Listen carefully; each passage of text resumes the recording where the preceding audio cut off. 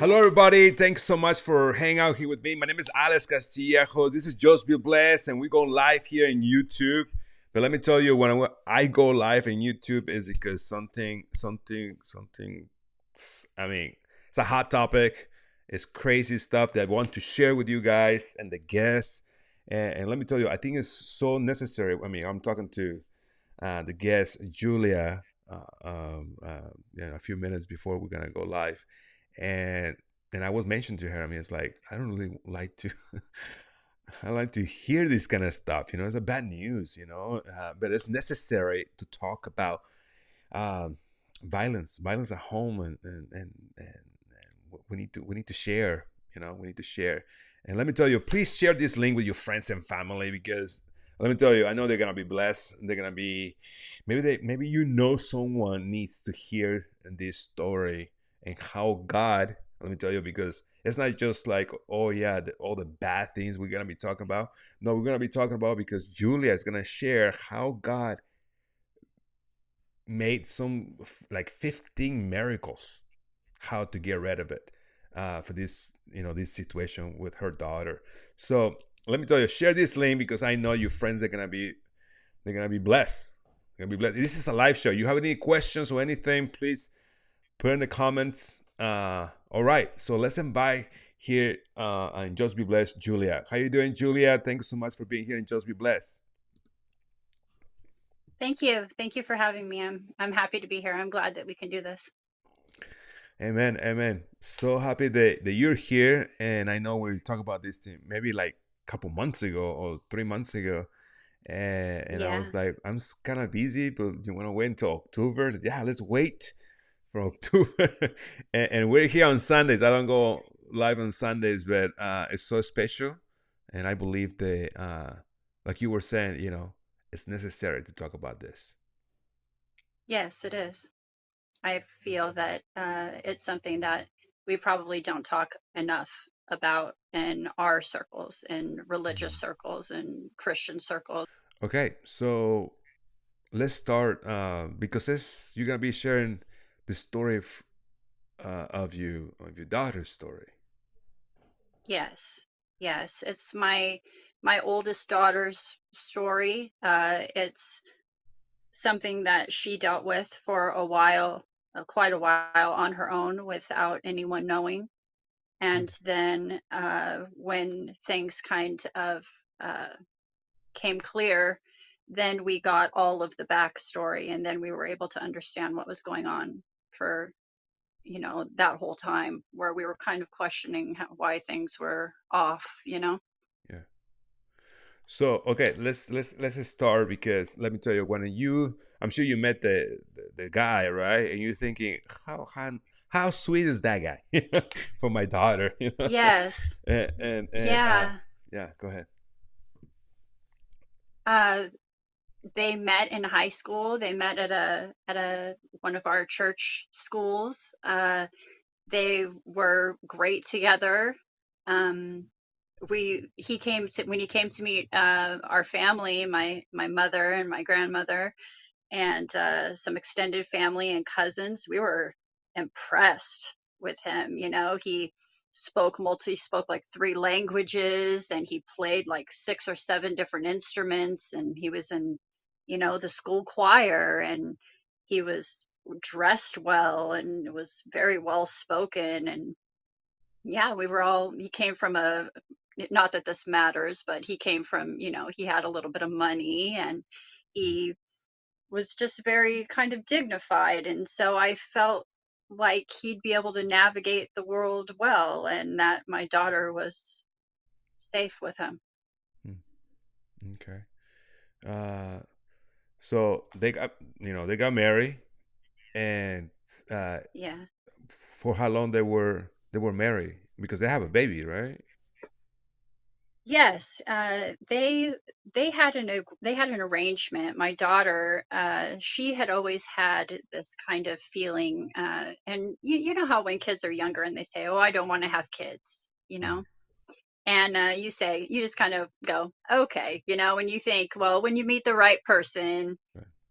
you'll change your mind, and you don't even necessarily say that. You just Mhm. you just know that, so you just go, "Okay, honey."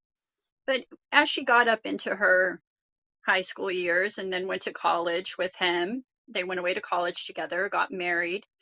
Um, she still kept that feeling of I I think that I want to adopt. And then came the story that he is adopted. And we didn't know that, and that they were on the same page with that, that he had felt that it was important to him to adopt also, and that's what she wanted. Mm, Um, if they were going to have children at all, it was going to be through adoption. So mm, they got married, went to college, and had this kind of understanding between the two of them. And it wasn't until later on, uh, about a year, maybe two into their marriage or their relationship at least, that his mother, his adoptive mother, had to go into a home, into a retirement type home. And that's when she left him and them her estate. And mm, her estate was on a Native American reservation, and quite a big house, quite a lot of land. And so they actually, against, you know, against our willingness, mm, dropped out of college and moved to this estate and decided that they were going to live a life from there. Maybe he had enough money to where they didn't need to work.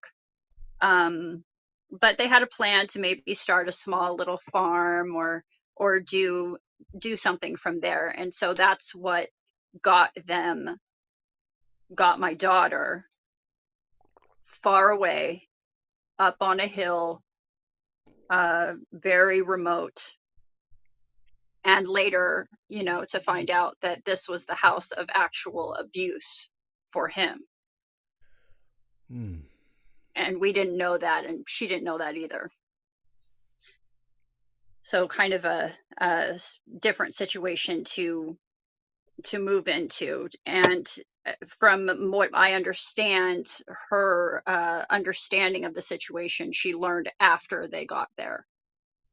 So she found out she had moved into the house of his childhood abuse, and Oh, now they were there, and that had some effect on him, she mm. believes. Wow, interesting. Yeah. Mm, So they lived there in that house, and they things started changing for her. Um, he started doing different things, started to become more controlling with her time, with who she spoke to, slowly kind of isolated her from many of her friends that she was still trying to keep in contact with because she felt so isolated up there. Um,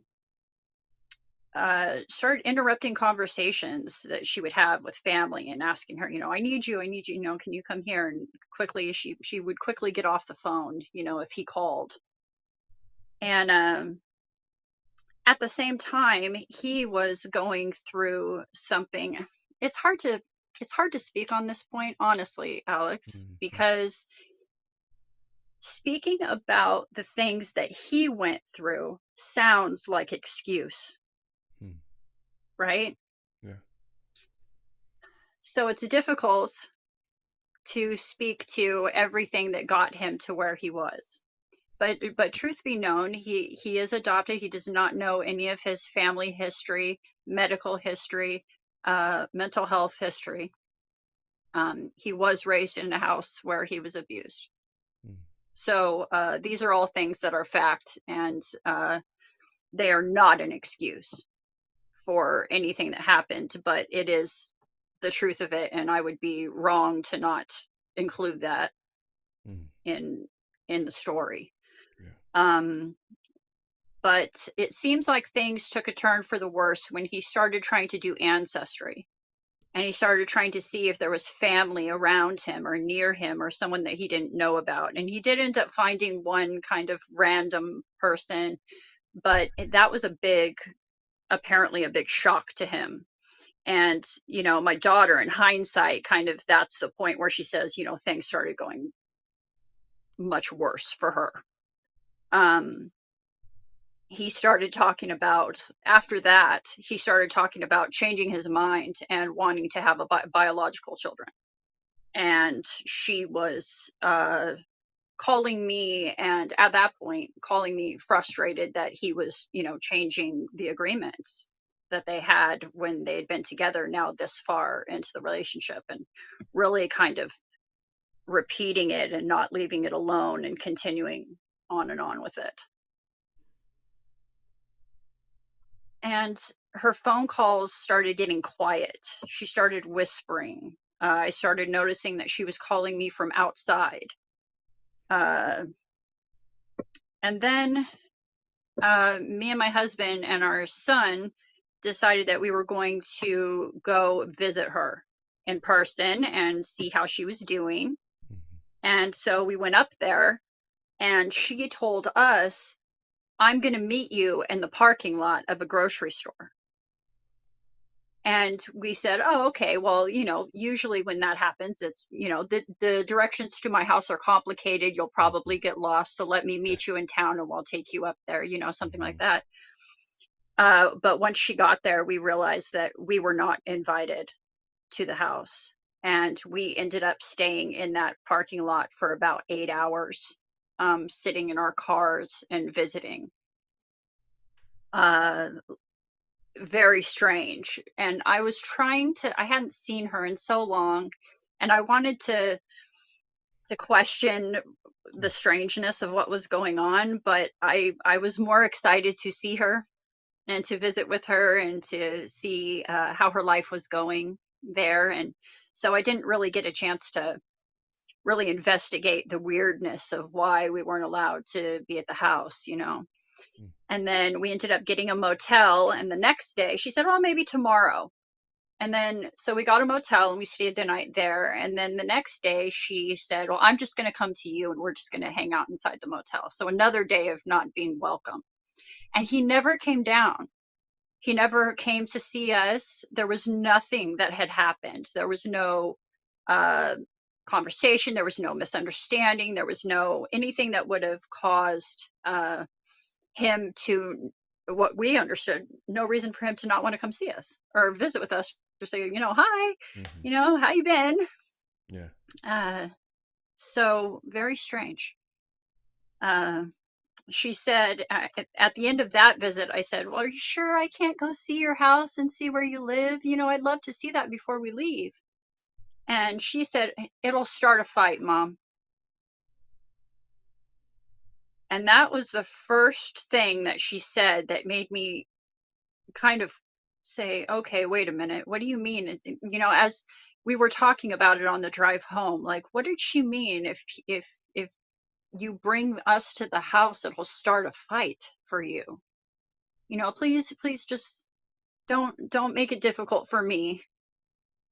Let's just visit here. So that was strange. I mean, that's a huge red flag right there. I mean, Yes. but it seems like, I mean, you didn't say anything in that moment. Like, what are you talking about? Like, I cannot go to your house. Maybe you were very excited, Yeah. or I mean, I don't know if it was that moment that you were talking to her. Like, something's wrong. I mean, did he Yeah. hit you? I mean, what's the problem here? No, not no, that hadn't even crossed my mind. She was very convincing that everything was okay, but that it just wasn't a Mm, good idea. And we were on a very short trip. We were there one day and leaving the next. And so she was adamant that everything was okay. I kind of, as a mom, just kind of looked at her, like, mm. "Is everything okay?" And she's like, "Yeah, everything's fine." I'm like, "Okay, okay." So I have a question. I that have a was kind of the question. first thing. Yeah, I have a Hmm. question. I'm sure. I mean, maybe you're gonna share maybe later, like, because I have a question right now. Um, I'm sure after all this ended and everything, I'm sure you asked the question, why you didn't tell me in that moment? the first time, and I went. Maybe, I mean, I don't know if he Yeah. was hitting her in that time or something. Apparently not in that time frame, no. But it was where he was losing his temper with her. And it was going to be, like she said, it would have been an argument for Yeah, her. It would have been a fight. yeah, And so things were starting, that was the first inclination that things were starting to get bad. Later on, it was a couple months later, I believe, but it was later in the year, they came to visit us, and he stayed in the hotel the entire time. He never came to our house, and she was there for 2 days. And while she was with us, he was constantly calling her phone. He called like 6 times in one afternoon. In the middle of the day, he called her away back to the hotel to him, and then kept her there for like an hour and a half. And then she finally came back over and was there for another maybe 2 hours in the evening. And he called the whole time she was with us. And then the next day she came over to visit, and he was calling the entire time, trying to call her away. And then she went outside, she got frustrated, and she went outside and she had a conversation, and then she came back and said, "We're leaving early and I have to go." And she was very upset, and she was, starting to get emotional at the fact that she was going to have to leave early. And so she told everybody bye, and I just had a sick feeling inside. And so I walked her outside, and she was getting in her car and she was crying almost. And I said, "Honey, is there something wrong that you want to talk to me about?" And she just clammed up. She kind of clammed up a little bit, but she got in her car, and then she looked out the window at me and she said, "He's not very nice to me, Mom. Okay? I have to go." And she got in her car and she took off. And that was when I really started praying. That's when that's when I started saying, "Okay, something's not right." mm. Uh Later on we got a phone call from her. Oh, I'm sorry. Go ahead. No, I mean, I told you in the beginning, I don't really like to hear this. I mean, it's just it's not a conversation that's like normal thing, like you meet somebody like, hey, Julia, how was life? Oh, it's good. And it's just, to me, it's like, Yeah. inside of me is just like burning right now in my blood. I mean, Oh, that I have two beautiful girls. If something happened to yes. that, and just to hear that, I mean, Mhm. I don't know. I Yeah. mean, I'm gonna say this, and this is a live show. Maybe I'm not gonna say this, but I don't know. I mean, I will go It crazy. stirs up a lot. Yeah, It stirs up a lot, this topic and this conversation. It stirs yeah. up a lot of things And inside you. it's okay. More of this story, but just okay. Go ahead. It's just because I know God is Uh good, right? I know God's gonna be something yes. amazing. Yeah, Yes, and we have to get through the tough part to get to yeah, the miracles and the blessings, right? So yeah. later on, a couple of months go by, and I get a phone call in the middle of the night, and it is my daughter, and she has called me from a forestry department number in the middle of the night. Mm, And I get on the phone with her, and she tells me that he attacked her, and she had to call the police. She had to run. And the closest thing to her was a couple of miles away, was a forestry department building. And so she ran there and called the police and had him arrested for domestic violence, I would assume. And she wanted me to come pick her up, and she was done. And so I said, okay. And we got in the car, and she was going to stay there at that department. And we made it. We're up in Oregon, in Southern Oregon, and she was in Northern California. So we made it to about Shasta before she called us on the phone and said, "Never mind, never mind. We're going to work it out. They're releasing him this morning. It's something called, I think it's called like I'm not positive on this, but I think it's called like a wet and reckless thing where somebody says that they had been drinking and so they lock them up for the night. And if they Mm. sober up and behave themselves, they let them go the next day. So she told me, we're going to work it out. Everything's fine. I'm sorry that I bothered you. Go ahead and go back home. We're going to try to fix this. So after that, everything went quiet for quite a while and everything was okay. Uh, when I talked to her, she seemed okay. Uh, and so in my mind, I was thinking, okay, maybe they were going through something, that he messed up. He did something to her and Mhm. now they've reconciled and it'll be okay.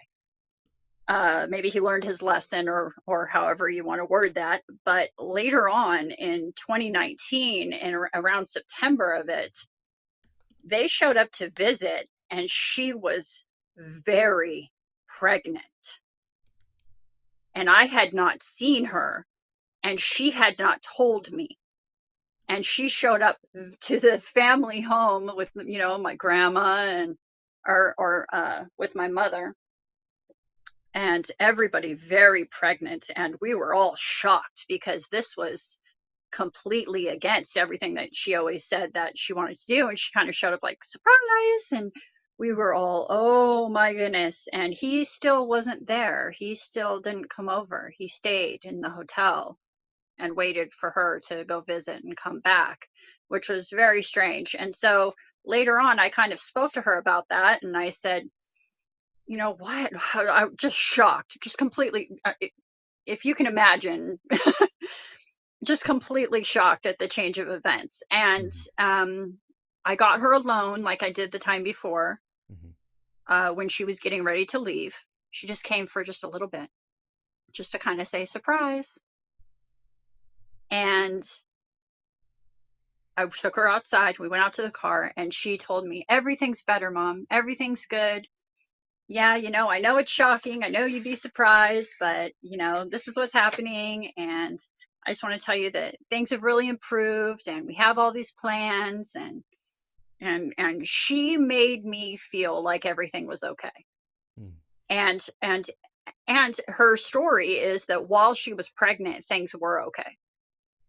Uh, but it wasn't until that she had the baby that things went back to the way that they were.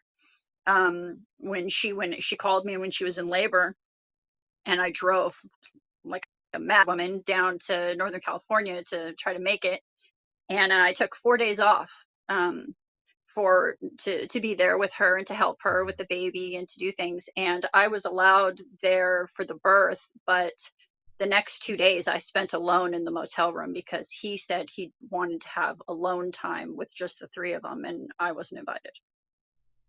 So right after the birth, things went back to being strange again.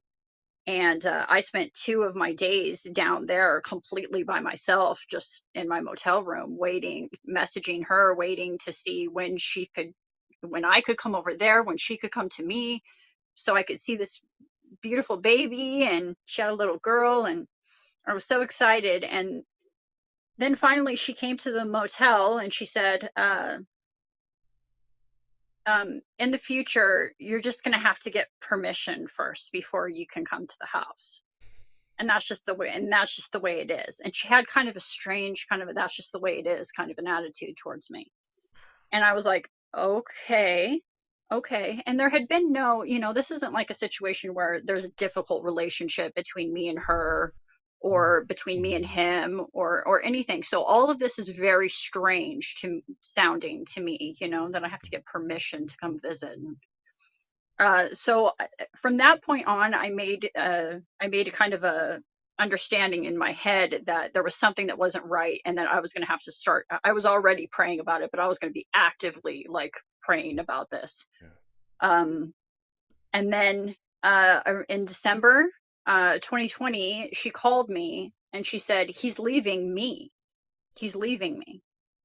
um, we're getting divorced." And I was shocked because I hadn't heard anything like I had heard before, quiet phone calls and concerning things. Things had sounded good, and this is now almost, a full year later.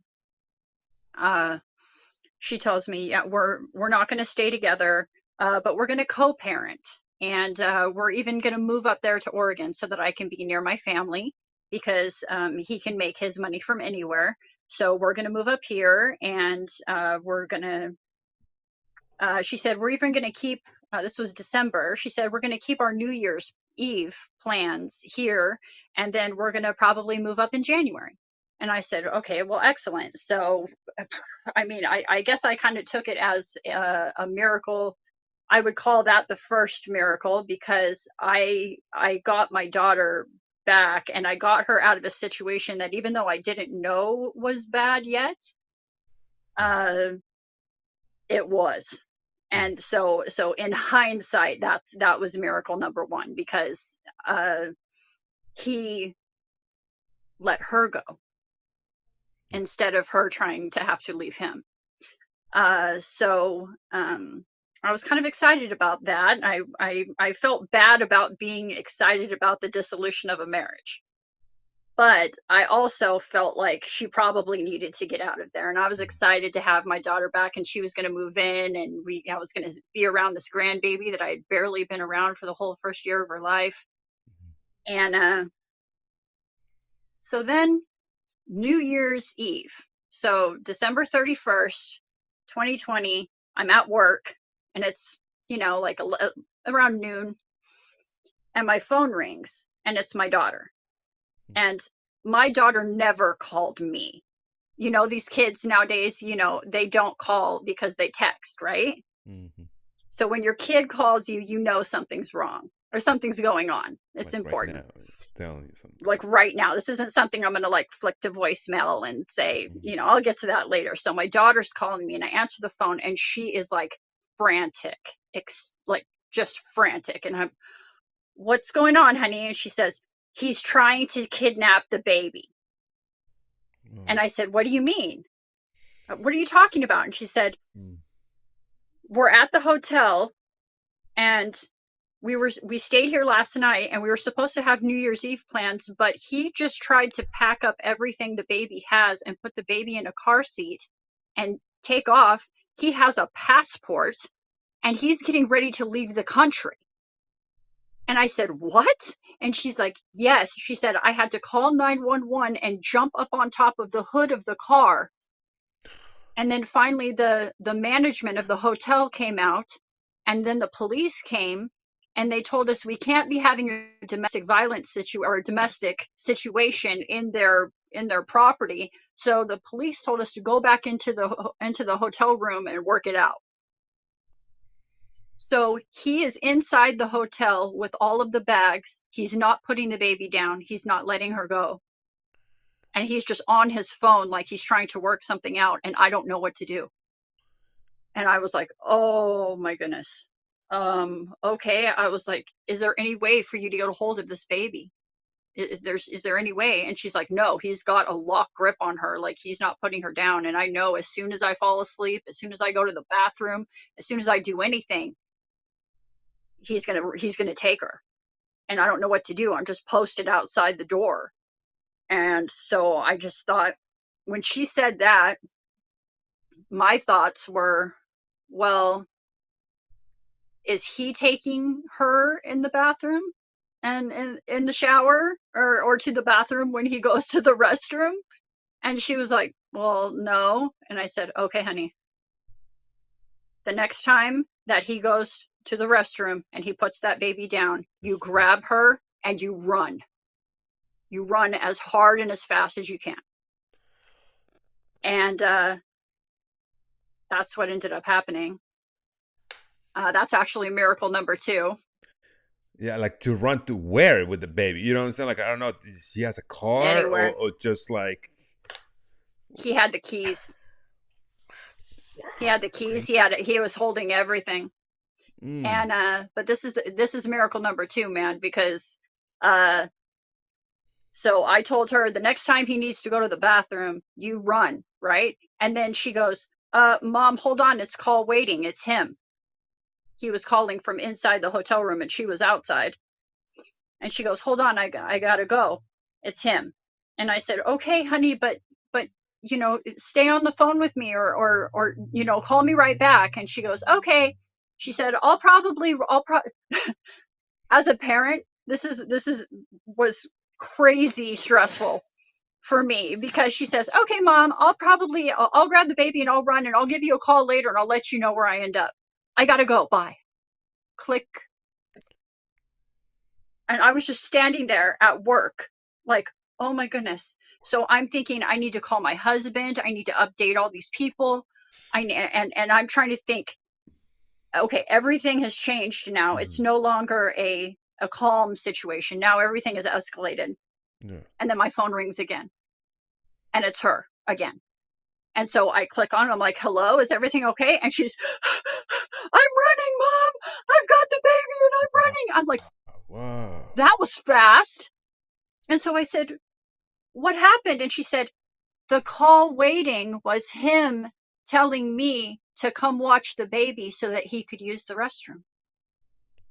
That was So answer the a prayer. moment that, yes, the moment that Wow. we came up with, as soon as he says that, you run, he calls her and says, come watch the baby. I need to use the restroom. So she said, I took it as a sign, mom, and I grabbed my purse and I grabbed her and I ran. So she's running away from this hotel room with the baby in one arm and with her purse in the other. She's in slippers, by the way, running down the road, and he starts shooting at her What?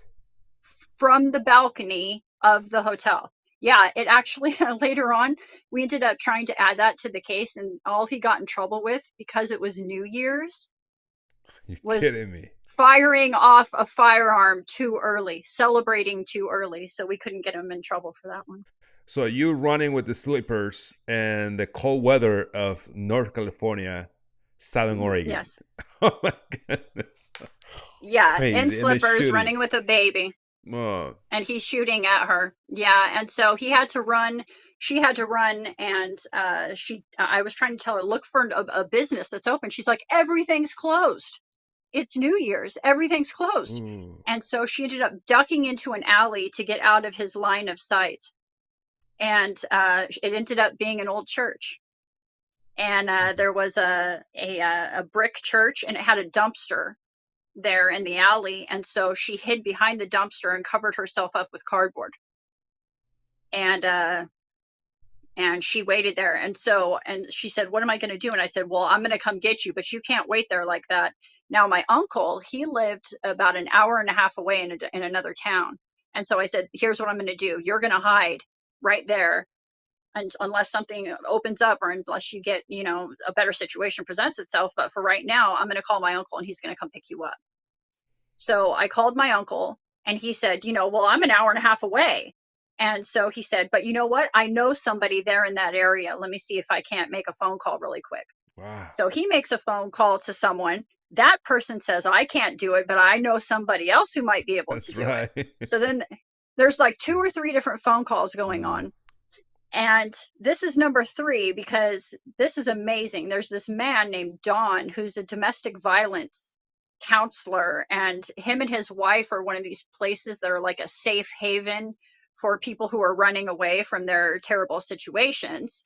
And his story is kind of a miracle in itself, because he got called into town. He lived up in the hills, and he got called into town for something that he called, it ended up, by the time he got to town, it ended up being frivolous. It was for no reason, and he was actually slightly frustrated that he got called into town for something that ended up being nothing. And he was about to turn around and go back home when he gets a phone call from a 1, 2, 3 part phone call saying, hey, there's a girl and her baby hiding behind a dumpster in this area. And so from the time that my daughter called me and said, I'm running, I'm running with the baby. And from when Dawn picked her up behind the dumpster was Hmm. 13 minutes. That is so quick. 13 minutes. I mean, 2 or 3 relayed phone calls, and him being exactly where he needed to be at the exact right God moment to was pick her up. working miracles. I mean, Yes. like impossible miracles, like how everything Yes. is going to be connected to that right person that that person is with, in that department of domestic violence and all stuff. I mean, that's just a miracle Yes. himself, like you were saying. Wow. Yes. So he picked her up and she called me from the back seat and she said, "I'm safe. Me and the baby are safe." And we're driving up. I talked to this gentleman and he told us, where he lived. And me and my husband got in the car and it was about like a 5 or 6 hour drive down there. And we spent New Year's. By the time we got there, it was just before New Year's. So we spent New Year's in a RV that is for people who are running from domestic violence with my daughter, and just she was in shock, honestly. I'm sure it was not the case to hang out with you daughter, right? I mean, it's starting a new year and stuff like that. But let me tell you, I'm sure No, you were so happy. I don't care relieved. exactly. I don't know if it's under a tree or something. I mean, my daughter's safe with the baby, Yes. and I don't care how it look like. They're safe. Yeah. Yeah, Wow. it was wonderful. And then that is when, so that's when there's kind of two parts. One is the whole legal aspect of it. So once we got her home, she started filling out all this paperwork, which was, and this is kind of the legal part of the whole situation, was she filled out a no contact order and like restraining orders and emergency divorce paperwork and all these things. But there's too many things that came into play. One of which was, you have to be able to serve the person in person with these papers. You can't serve a lawyer. You can't serve a representative. You have to be in physical contact with this person to hand them the paperwork. And once you give them the papers, they are now what they call served, which means all of the things that you have inside that paperwork becomes law and goes into effect. But if you can't get to that person, if they hide, And give or in his condition, he had several things going for him.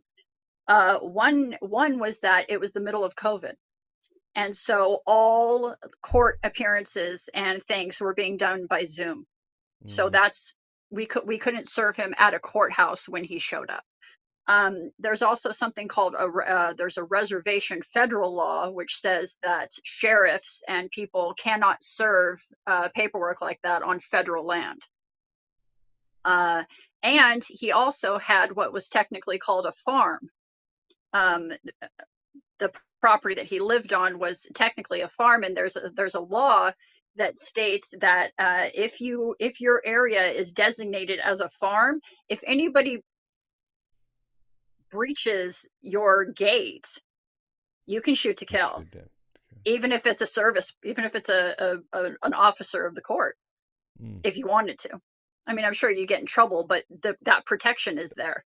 Yeah. So he had multiple ways that he was able to avoid being served with all of this paperwork. And my daughter probably, she spent hundreds of dollars because each one of these packets are expensive to operate. Mm-hmm. And she had to do, they only lasted for 90 days, and so she, over the course of time, had to redo this paperwork like Wow. 3 times. Mm. And we just weren't getting anywhere with being able to serve him. And at the same time is when we're finding out, with her being home, is when we're finding out about all this abuse, right? So we're finding out that he destroyed her birth control. We're finding out that he became abusive to the animals that they had, Mm. um, and would control her in that way. She had like 6 or 7 dogs, and he would harm them if she didn't listen, as a way Yeah. to get her. He shot at her inside the house. There were gun shot holes, shotgun holes in the wall. Um, she certainly endured physical abuse of all kinds. Mm. Um, at one point, she got locked up in a room with no food for a while. So there's I don't know how to word this correctly, but there's domestic violence where somebody gets drunk and they beat their wife. There's different levels, Mm. different kinds of abuse that go on. Sometimes it's just verbal, Hmm. which is horrible. But in my daughter's case, it was certainly a very multifaceted kind of abuse, Mm. total control, and just just the worst of the worst is basically all I can say about that. But one thing that she did in her that was very, very, very smart of her was that once she realized what kind of a situation she was in, especially after the abuse started again after the baby, she started keeping recordings and she started taking pictures. She started kind of covertly recording him screaming and threatening her. She started taking pictures of spots of abuse that she had on her, and that ended up really coming into play later on. So smart for doing that. Um, and then so we went through quite a while of trying to get this paperwork served, and we were going nowhere. And then in March of 2021, me and my husband were in town, and her and the baby were here at the house, and a woman came to the door. And so my daughter kind of, opened the door and said, "Can I help you?" And when she opened the door, it was a woman that he had brought with him, and he stormed in up the stairs and into the house and attempted to take the baby, broke into our home. And Wow. so she had to try to fight off two people. Um, and so what she says is that she shielded the baby by just kind of putting her on the ground and turning into a turtle, kind of like wrapping her whole body around her. And they were trying to pull the baby's arms and legs out from underneath her to try to get at the baby. And she was getting kicked and punched. She got bit. She had a huge bite mark, trying to get her to release the baby so that they could take her. Mm. Um, and this whole situation actually ended up being a miracle in itself, and that's kind of for the end. Mm. Um, but another miracle, multiple miracles happened on this day. One was that my son had been at boarding school, and he had called and said it wasn't what they would call a home leave, where it's a scheduled time for them to Mm. go home and spend time with family. It was Yeah. just a random weekend. And he had said, "Do you mind if I come home this weekend? I just want to be around my family and I kind of miss you guys." We're like, "Sure." So we went and got him, and he happened to be home that weekend. So he was in a back bedroom, and he heard my daughter start screaming, and here he comes, and she's not alone now. Mm. And now he was able to kind of pull, pull, change the situation from 2-on-1 to 1-on-1. Yeah. At And least. yeah, so it was a miracle that he was there. Also, the front door was open, and her screaming was being heard in our neighborhood.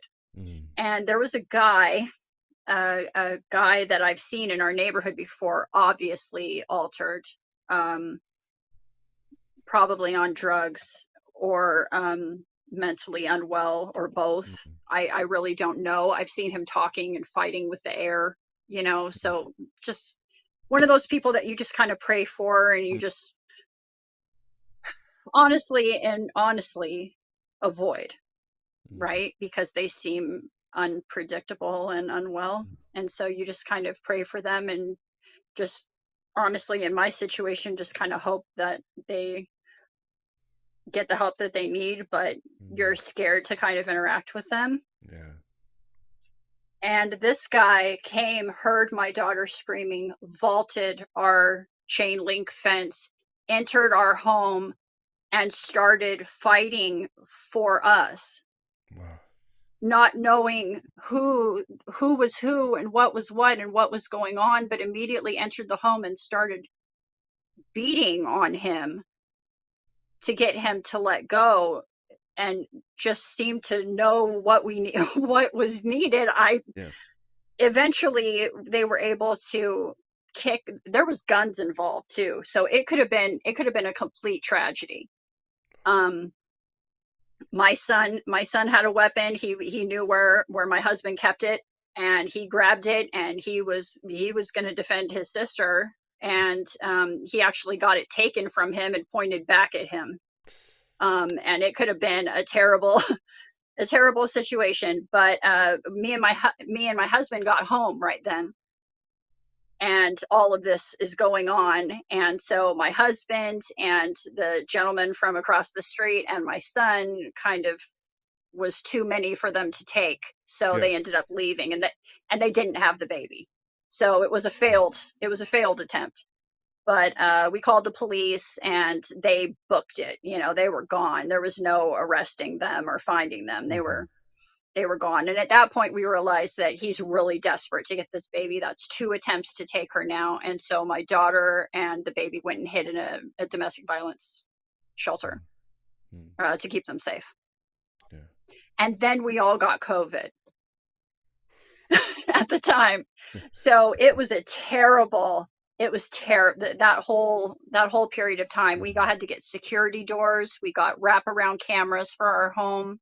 Mm-hmm. We started carrying mace and tasers and like having the police talk to us about watching to see if you're being followed, in your car, and just all kinds of stress. And that went on for 7 months of Yeah. constant. There was about half that she spent in the shelter, and then because of everything that we were able to implement, she felt safe to come home.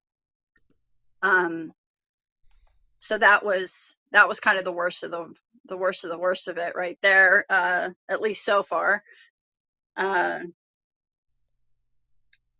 Later in October, so that was in March. Later in October, we got paperwork. She was in town, and she was actually served by a process server. And this paperwork, because it was served on her in person, immediately goes into effect. And this paperwork is because we haven't been able to get anything done towards him. He has now in California gone to a judge and intimated that his daughter was kidnapped and taken to another state. And so now we are being told by a judge that we have to give him visitation with this child every single weekend in Eureka, and we have to take her down there. And that was the low point. That was the lowest of the low points, because we figured that as soon as he had access to her, the first minute he would take her and be on a plane and be gone. Mm-hmm. And so we were scared to death. Um, in between the being served and the actual day that he got her, he started harassing our family online. He made a bunch of fake accounts, and he started sending messages to all of the people in the family, the immediate family, um, saying that he had had his choice of when he wanted to have the baby, and he decided to make it Saturday at 11. That way, it would be every single weekend on Sabbath at 11, so that we could never go to church again. Uh, he sent a bunch of nasty messages to our family, which I'll just kind of leave that out. But what he did say was he sent me a message personally that said, uh, send me a picture of her crying when she finds out that I get the baby this weekend. Just dark, you know. Yeah. Uh, Mm. and we were all that was the lowest part. That was the lowest Mm. point of all for the family, because we felt like we weren't able to make any forward progress, and Yeah. he was getting what he wanted. He had money. He had like 3 lawyers, I think. And my daughter had like whoever is the appointed Mm. person.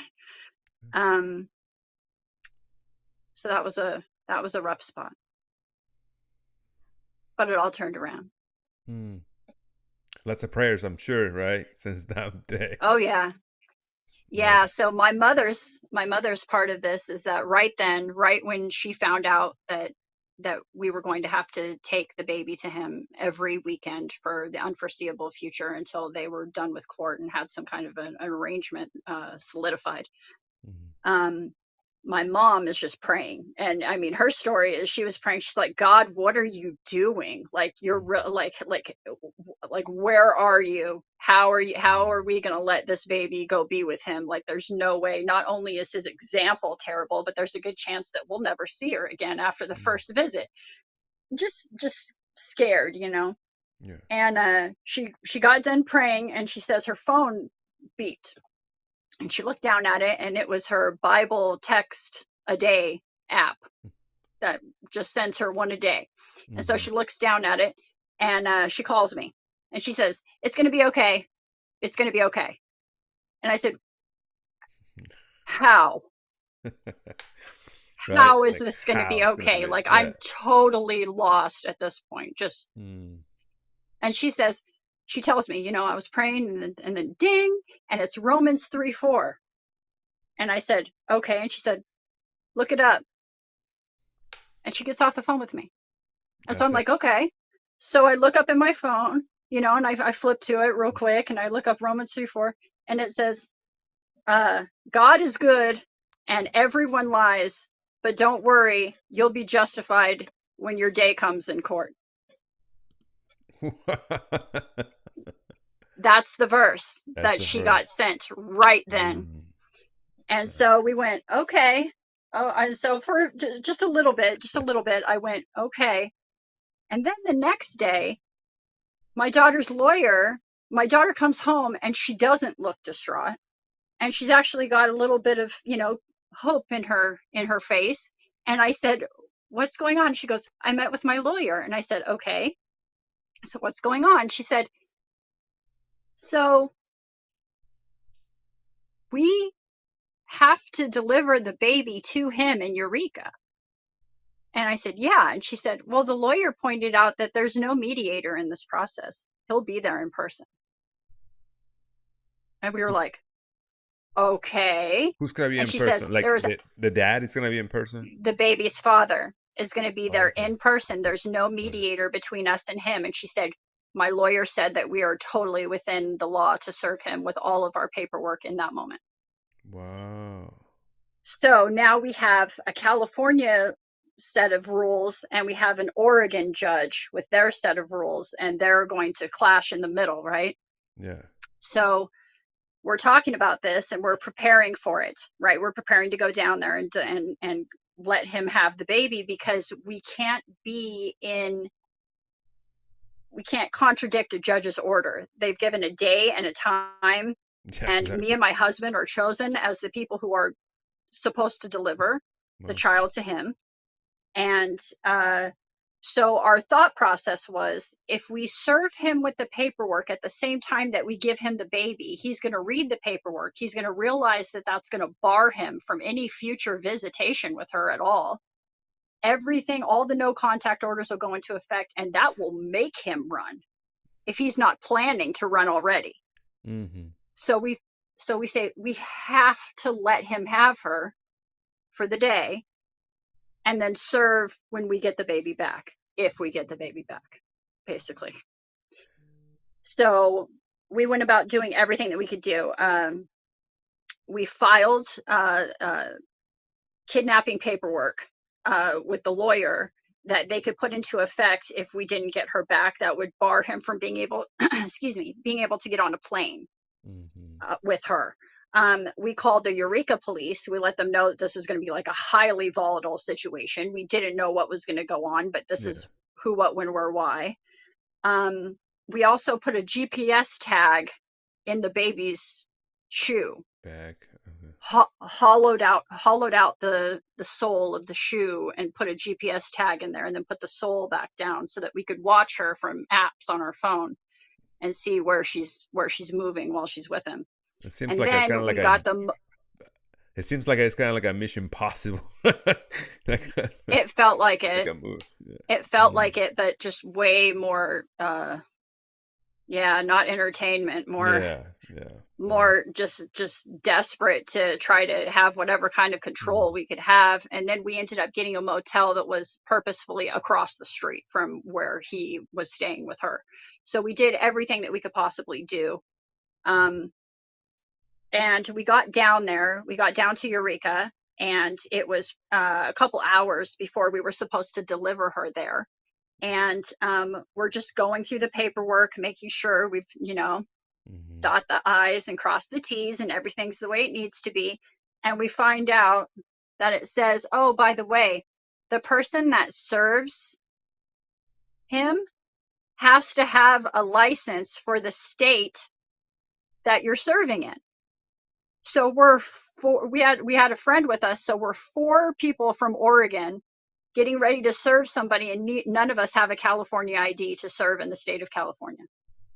Mm, So then all of a sudden we're like, and this is very soon before we're going to actually be doing this whole process. And we're like, what are we going to do? We started talking about paying a random stranger with an ID just to serve him, at the restaurant where we were meeting.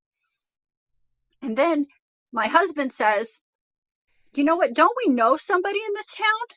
There's a girl that our other daughter went to school with, and she lives in this town, I think. So he says, hold on. So he gets on the phone. He gets her in the mix. And this girl's name is actually, her name is Shay. We'll just do that because I don't like using her real name. yeah. But she is a friend of my other daughter. And so we contact her, and her immediate answer is, yes, I want to help. Wow, of And we're course. like, okay, thank you. Well, here's another miracle, because she's in a domestic violence situation also. And she is in Eureka. She lives in the next town over. But her baby's father is in Eureka, and they have just gotten done with a domestic violence situation through courts. And she is delivering her child to her baby's father on the first day, and that's why she's in Eureka. No way. So she was already in place and willing to help because Okay. of the content of the situation and wanting to Mhm. help somebody else that was in the same situation. She was just supposed to be sitting around Eureka all day waiting for this visit to be over so she could go pick up her child, and she had all the free time in the right position at the right time, willing to help, and had already been done in advance through her court system to be Mm. there on the day that we needed her. Only God can do that meetings, those appointments. And Yes. let me tell you, sometimes we're thinking, but why it take it so long? Right? Yeah, It has to take a little time to absolutely. get to those pieces together. Wow. Absolutely. That part of it really came into play later, was Yeah. why did everything take so long? That Yeah. really came into play Mm, later. Um, so and another thing that was really cool, just as a little side note, was we were all in the food court of a mall about an hour before we were supposed to deliver the baby. And we were talking about all this, and she was explaining all of her history and mhm, how why she was there, and all of these kids. Me and my husband are there, but some 20 somethings are mhm, mostly there, and they're sitting there, and she's talking about, and she tells why she's there and how that all came about, and everybody just got silent. And it was like everybody was realizing that we were being looked out for, mhm, and that all of this was set up in advance. And it was kind of an awesome thing to watch your kids mhm, and some friends and some people of that age kind of sit there and have a little like religious epiphany that mm. you're a Yep, part of something that's right. that God is involved in. And so that was awesome. I Mhm. enjoyed that very much in the moment. Yeah. um, so we handed the baby over, and it went better than we thought. Uh, Mm, I had prepared. We hadn't been around him. Like I said, he had never even, after that initial time of coming over and impressing everybody, right when they got married, he had never come over again. He had always stayed at the motel, stayed at the house, stayed at the mm, motel. Um, and now he was in person, and I knew, and me and my husband knew everything that he had done. mm, Or actually, you know what? That's not true, because I still feel like there's some things that my daughter hasn't told me. mm. Uh, but we knew a lot, you know. and we were going to have to sit across a restaurant booth from him for half an hour. They wanted us to sit there for half an hour and not just hand the baby over, but to be, I guess, in public Mm-hmm. and be nice to each other. And I didn't think I was going to be able to do that. I've been a Christian my whole life, and I have never had thoughts and feelings like I had on that day. Mm-hmm. Like, they talk about a mother bear, Mm-hmm. and I had heard of it and I understood what it meant, but I never really felt that until right then. Like, as a Christian, I was battling.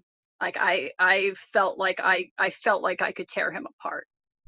And I was praying. I had anybody that was a part of us right then, part of our friend group, knows that we had multiple group chats that we were just asking for people to pray for us while we were inside that booth, because we didn't know how that was going to go. I was scared because I didn't, my husband had a very difficult time sitting across, we both did.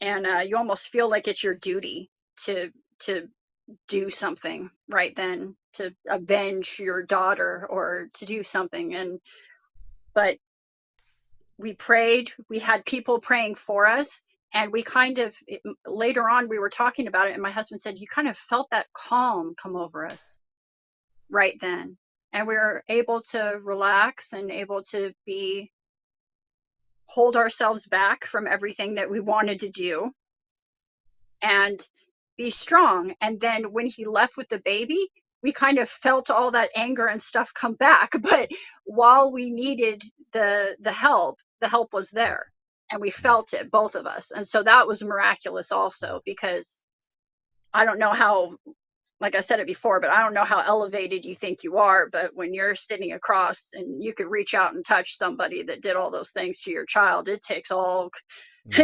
it took prayer, Wow, I is what it did. imagine. Mm-hmm. Uh, yeah.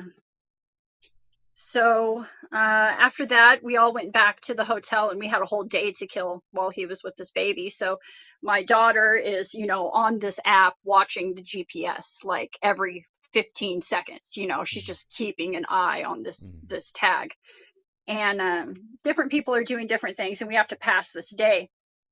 On the news, they're talking about a bomb cyclone storm that's supposed to hit the coast, hit right at Mm-hmm. Eureka, tonight. And we were like, oh, great. And in that moment, um, we were not proudly, not not proudly at all, but there was conversation in the room about maybe something will happen to him in this storm on his way home, and how that wouldn't necessarily be a bad thing for our situation. Mm-hmm. And it was going on, and I wasn't feeling right about it, and but it the conversation was happening, and I wasn't even feeling like arguing with it at that moment, and I felt really bad about that. And so I didn't know what to do, so I shot a message out to some people, like some people whose advice I trust, uh, people who are pastors or evangelists or people with counseling, and so I just said, help. I just sent out a message like, help. I need prayer, because this is kind of going downhill spiritually. Mm-hmm. And sent it. And just a couple of minutes later, Ryan Day, who was back east, and this is before he was on 3ABN or anything. He was evangelizing and singing, all over the east. And he sent me a message and said, here's my personal number, give me a call. And I said, oh, thank you. And so I called him, and he said, is this the daughter that, that you were writing about on Facebook a little bit? And I said, yeah. And he had very little context. He had a little bit, but not very much. And he sat there. I said, I put him on speakerphone, and I kind of got the room to quiet. And I said, this guy's going to say a prayer for us. And I put him on speakerphone. And here comes Ryan with this prayer that was exactly what needed to be said. It was perfect. It was about forgiveness and about trusting God and about realizing that the baby's father was one of God's children too, Mm. and that he loved him very much, and that we needed to be praying for him and for and for his walk. And just after he got done, I said thank you and I hung up the phone. And some of the people were in the room were like, man, that guy can pray a prayer. That was it was perfect. Amen. And I believe God kind of gave him the words that he needed, because he didn't know everything that was going on, but Yeah. he prayed for all the things that were going on. So I felt like that was, I was indebted to him for that, because it kind of got the spirit of the room back where it should be, instead of Amen. in a nasty place.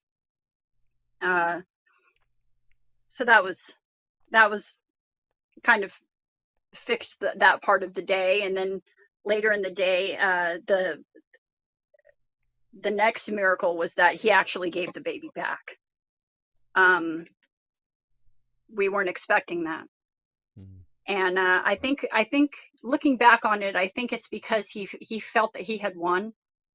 He felt that he had one up on us when we were there, and he was delivering the baby back. He made it a point to say, like, see you next Sabbath, as like Mm. a dig at us that we'd be doing this every weekend with him. Mm.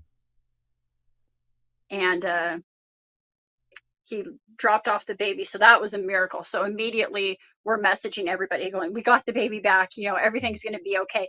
And outside the restaurant is Shay with this huge pack of papers, right? And so we watch him, and he walks out of the restaurant, and she just walks straight up to him and, put him in his chest and said, you've been served. And from that instant, all of my daughter's no contact protection, not being able to contact our family, even on the internet. No, immediately stopped all future Eureka visitations. Complete no contact, both with my daughter and the baby and our entire family. So Wow. everything went into effect in that moment. And that was fabulously great news. Yeah. Yeah. And it took a long time to get there. I'm sure you were dreaming for that moment. Like, when is gonna be, Lord? Yes. Yes. Just Yeah. desperately up in the middle of the night, just trying to figure out how is this all going to work out. So he got served, and that meant no more visits, no more contact, no more trips for us. And then we don't even really have time to celebrate, because right then here comes the storm rolling in, and here it starts to rain, and here comes the wind kicking up. And so this cyclone that they don't get cyclones, and all of a sudden here it is hitting Eureka, Right. and we have to leave. So we, trying to book it home, and we're all praising God and being thankful that we got the baby back. But at the same time, we've got like debris falling out of trees. We were hydroplaning, there was branches, and then at one point we're on the 199, which is treacherous coming back from the coast during any time, but especially during a storm. There were people that had a whole tree fall in their car, and they both lost their lives in that area. And that had been a recent story. And so we were very, very worried about uh, getting home safe, but we made it through the storm, and we got home safe. And that was a miracle. We felt that was a miracle in and of itself, because they were warning people not to travel. Um, so to get to what you were saying about what God was doing and everything happening, being delayed. Uh, so the way that it worked out is, instead of at different times throughout the experience, something getting served here and something getting served there, and little bits of things happening at different times, what happened is that all of that paperwork got condensed into one package and was served on him, which means it was all presented to the judge at the same time. So instead of there being different cases under different people, the entire story got delivered to the judge who was making the decisions at once.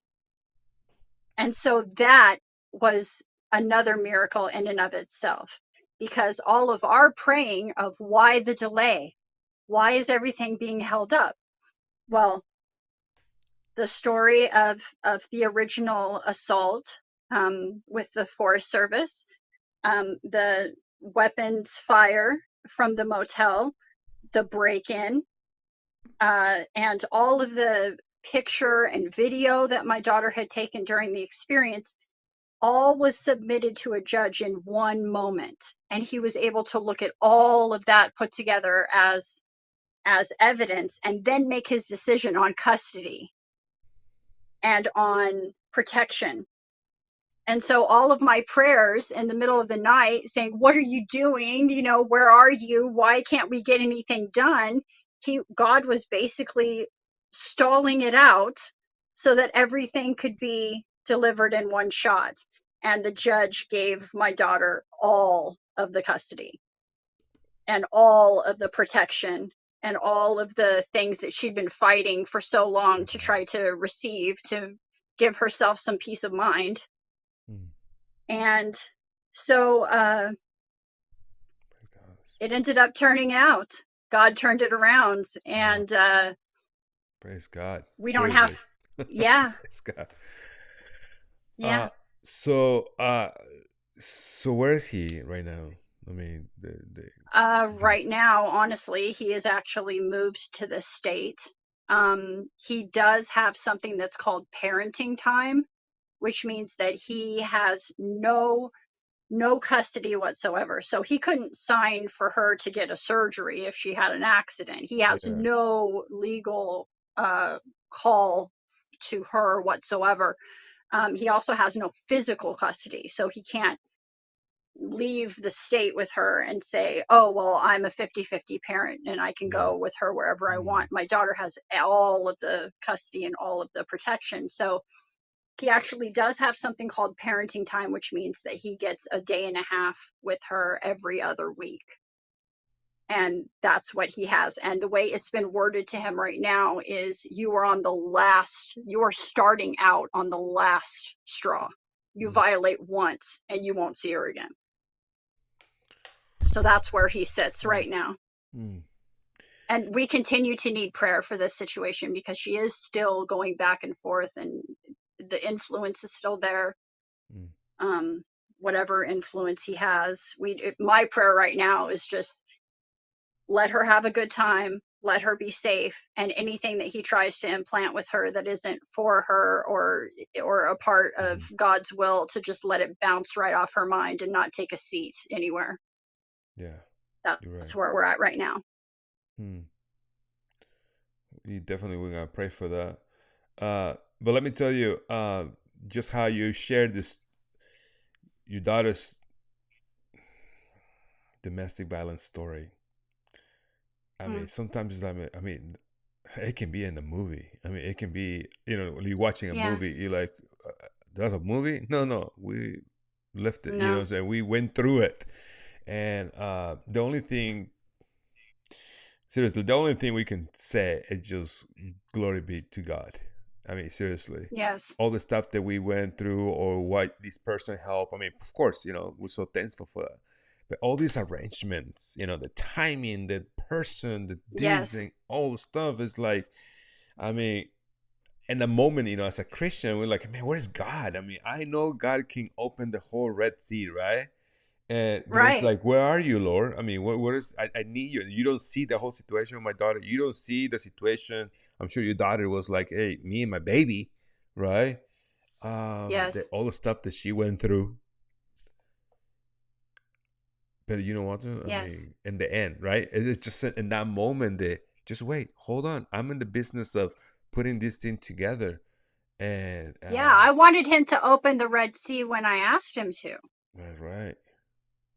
And that wasn't the plan. What ended up What's up? happening Mm, later on was her lawyer told us, said, Do you know, you remember how back when I was saying that they broke into the house and that was a Hmm. miracle that ended up coming into play later at the Yeah, end, and I tell you about that? yeah, The lawyer ended up coming up to her on the day that she got the signed and delivered paperwork of you have all of the custody, right? It yeah. was such a good day, and she was just smiling and beaming.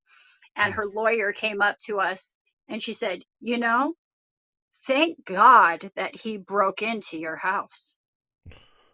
Because if that situation had not happened, if he had not taken things into his own hands, you would be sharing 50-50 joint custody Oh, right now. And that threw us all for a loop, Alex, because I so- mean, when that whole situation happened, we were like, we've been violated. Like our safety, our home has been violated. Like you pray over your home. yeah, Why was this person allowed to enter my home? Like, all the things go through yeah. your head, right? I know And it ended up being the blessing that that. that we needed. That crazy moment, right? That was a blessing. I mean, come on, seriously, like, wow, Yeah, yeah, like, it was great. It was great. In that moment, it mm, was kind of, you get a 360 view of the whole story from that moment, and you're yeah. just, Well, God is good, right? amen. God is good. But let me tell you, Julia, seriously, I'm so thankful to you here in Just Be Blessed to share your daughter's testimony. I'm sure she doesn't want to be sharing everything's private and everything. So I'm glad that Yeah. you are the spoken person, and to share and to just to glorify God, right? To just praise Jesus for that, Yes. and also to tell people that you're in the middle of this craziness, or maybe somebody's going through this hard time, or just to learn, right? I'm learning all those, when is this person's acting this way, when this person's acting that way. I mean, I don't know. Signs. Signs, that's right, Like you signs, said, red flags. yeah, red flags and everything. But there's too many percentage right now here in the United States. I mean, it's 28% just Christian women, and even men going through that kind of stuff. But I was looking this Yeah. some facts, uh, here in the United States, 28% Christian in a Christian home, they're going through the same thing, domestic violence, maybe Yes. verbal, or fighting and all stuff, right? And Yes. this is just in a Christian home. I mean, Yeah, I'm sure the numbers are far far larger for the yeah, average home. yeah, far larger. Right now, I'm gonna just share this comment, and JD that says, "God deliver me too from narcissistic verbal abuse, from two people." He said, "Got down in my bathroom one afternoon and I cried out to God. I had taken all I could take. Within a month, they're gone. You know." So Yeah. JD, God bless Yeah. you, and I'm sure there are more people. And your last thoughts that you want to share before we ended this program? Yeah. First of all, if any of this is sounding like something that you're in the middle of or that you're going through, first of all, there's a domestic violence hotline, which really came into play for us. And we were really thankful that um, they were able to provide help, to provide shelter, to provide therapies, to point us in the right direction, and to help even with legal things, ideas. So it's 1-800-799-7233, and you can just dial that number. You can just, even if you're unsure, and you can say, is this abuse?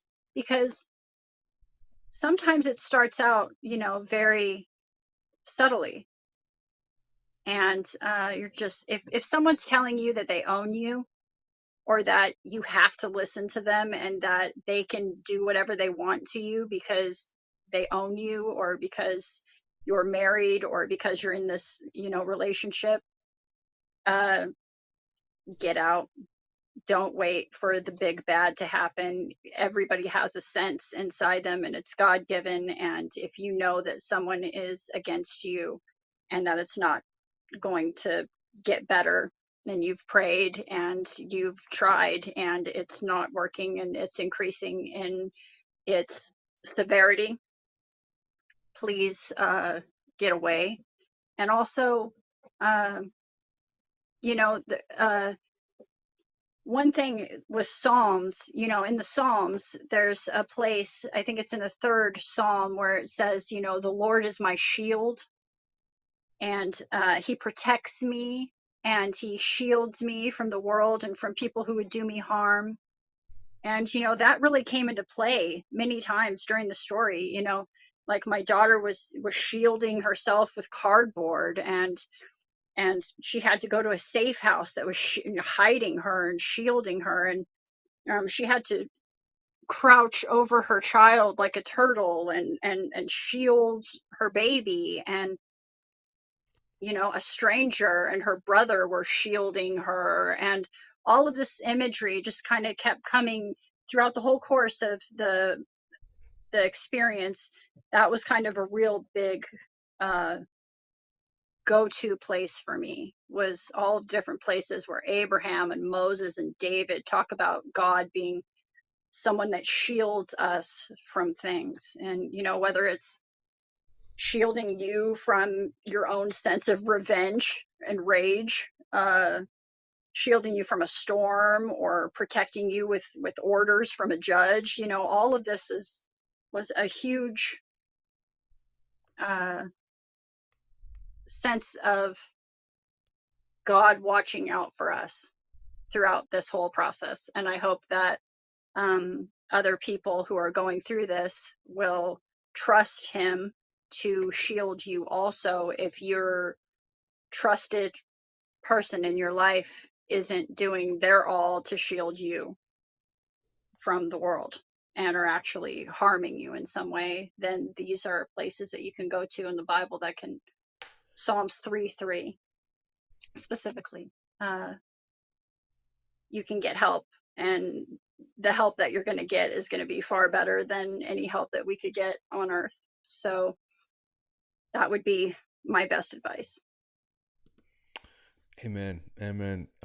Thank you, Julia, for sharing this story. You're And welcome. also, in the description of this video, I'm gonna put later the phone number you mentioned, and also maybe it's a website too. Uh, Yes. we can share that in the description of this video. Hmm. Uh, Okay, that's a good idea, yeah, Alex. yeah, totally. Thanks so much for being here. Seriously, sharing the story of your daughter. And Yeah. I have two beautiful girls, and I could not imagine. I pray a lot for who's gonna be the one, or whoever is up there. But just to Yes. hear, your family member, or something, just a friend or something going through this kind of stuff. I mean, it's not good taste. It's not good news.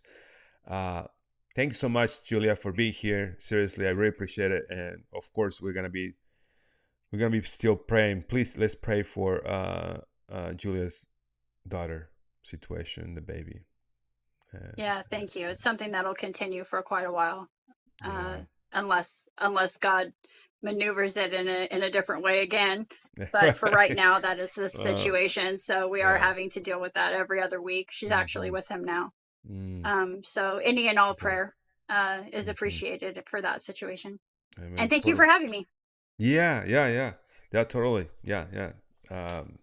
It was a great time, and I don't know. To me, it's like, man, maybe it's gonna be a book about this thing, or maybe a movie. I don't know. It was very intense, and the whole point is to glorify God's name. So very cool. Yes. Yes, Yes, I yes. I told God that if he I made a promise, and I said, Mm, if you get my daughter out and my granddaughter out of this situation and mm, you make them safe, then I will tell everybody. amen. I will tell anybody and everybody that Mm, that you ask me to, or that you put me in front of. And so amen. this is just me making good Yeah. on that. So thank Mm, you for your help. yeah, totally. Yeah. Yeah. All right, but God bless you. Please don't hang up. I'm gonna finish this video, okay? Same to you. Okay. Okay. Okay, you guys, I hope you were blessed. What a crazy story. But let me tell you, God had an amazing miracles. He knows what is putting things together just to save us, to help us out. Sometimes, as a human, we're like, Lord, you don't see all this crazy stuff that I'm going through. But let me tell you, God has a plan to redeem us, plan of protect us, and plan to help us to overcome all the stuff that we put in ourselves. But let me tell you, sometimes we cannot. It's not stuff that we put in ourselves. It's just things happen. But let me tell you, please go to. I'm gonna put it later in the description of this video, the website and the phone number. If something's not going on with your relationship, you need to go to domestic violence help. I don't know, different programs or government or something like that. Please take advantage of that. And also, I want to thank you guys. If you want to watch more, want to know more about other people's testimonies, seriously, subscribe to our YouTube channel. Just be blessed. We just passed 7,000 subscribers. So thanks so much for your support and love. We have 170. Can you imagine? 170 people sharing the testimony here and just be blessed and amazing. And if you want to support and become to be part of the family of just be blessed to support this ministry to keep going, do so. Go to just be blessed here in Patreon website, or in the description of this video. We have more links to support this ministry. Thank you so much. My name is Alex Castillejos, and this is Just Be Blessed. We share people's testimonies, and I left the messages and how God is good. We'll see you next week with another powerful testimony. Bye-bye.